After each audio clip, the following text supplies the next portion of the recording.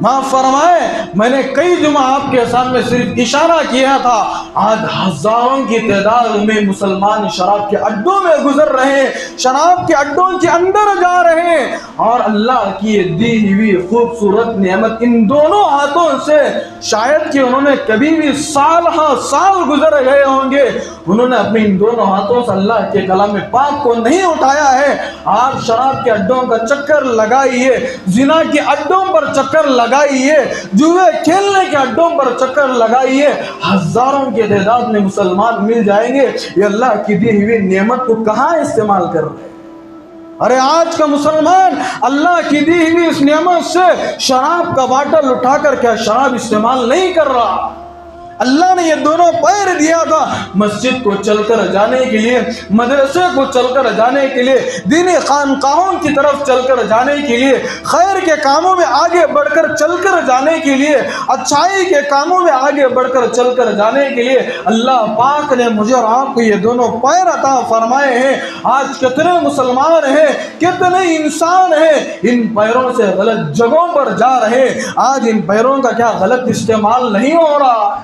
اللہ پاک نے آنکھ دیا تھا کلام پاک کو دیکھ سکے، احادیث رسول کو دیکھ سکے، حضرات علماء کو دیکھ سکے، بہترین اللہ کے ولیوں کو دیکھ سکے، عبادت گزاروں کو دیکھ سکے، اللہ کے ولیوں کے اوپر ہماری نظر پڑ سکے، اچھی اچھی چیزوں پر ہماری نظر پڑ سکے۔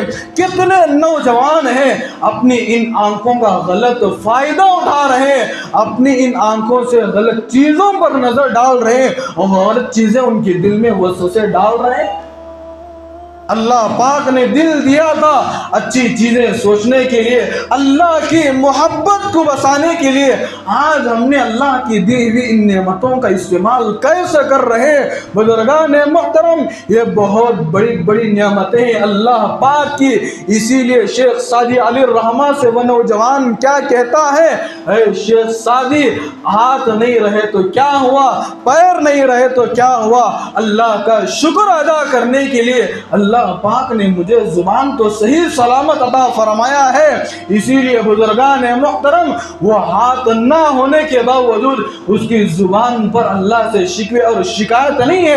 میں نے گزشتہ جمعہ ہی آپ کے سامنے کہا تھا، اللہ کے دربار میں کسی مومن کے لیے، کسی مسلمان کے لیے بات زیبا نہیں ہے، یہ بات جائز نہیں ہے کہ وہ اللہ کے دربار میں آ کر اللہ سے شکوے اور شکایت کرے۔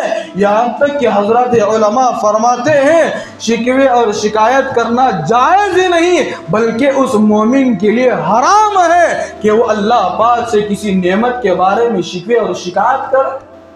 اللہ کو معلوم ہے کون سے انسان کو کون سی چیز دینا ہے، کون سے انسان کو کہاں پر کون سی چیز عطا فرمانا ہے، اور کون سے انسان کو کون کون سی چیز سے نوازنا ہے۔ وہ تو خالق السماوات والارض ہے، وہ تو وراء الورا ہے، وہ تو بادشاہوں کا بادشاہ ہے، وہ ساتوں آسمان اور ساتوں زمین کا مالک ہے، بیک وہ ساری دنیا کے نظام کو تنے تنہا چلا رہا ہے، وہ کسی کا محتاج نہیں ہے۔ میں محتاج ہوں، آپ محتاج ہے۔ اس روئے زمین پر زندگی گزارنے والا ایک ایک فرد بشر وہ خدا کا محتاج ہے، وہ اللہ کا محتاج ہے۔ اللہ پاک کسی کے لیے کسی چیز کے محتاج نہیں ہے، اللہ پاک کے ہم محتاج ہے۔